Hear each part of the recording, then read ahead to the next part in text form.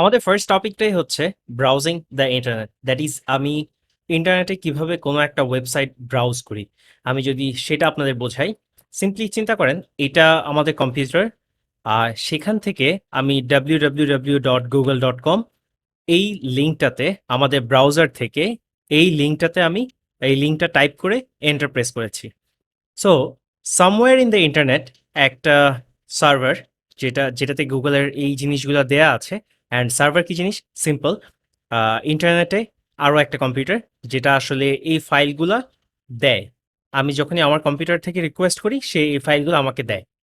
So এই সার্ভারটা আমাকে কিছু ফাইল রিটার্ন করলো। একটা হচ্ছে এইচটিএমএল, একটা সিএসএস, একটা জাভাস্ক্রিপ্ট।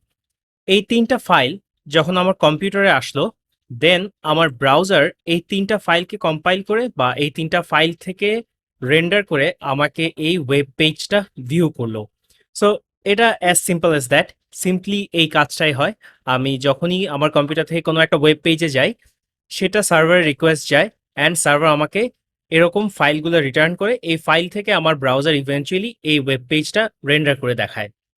সো আমরা বুঝতে পারলাম কিভাবে ইন্টারনেটে আমরা কোনো একটা ওয়েবসাইট ব্রাউজ করি। এই ভিডিওটা এই পর্যন্তই। সবাইকে ধন্যবাদ।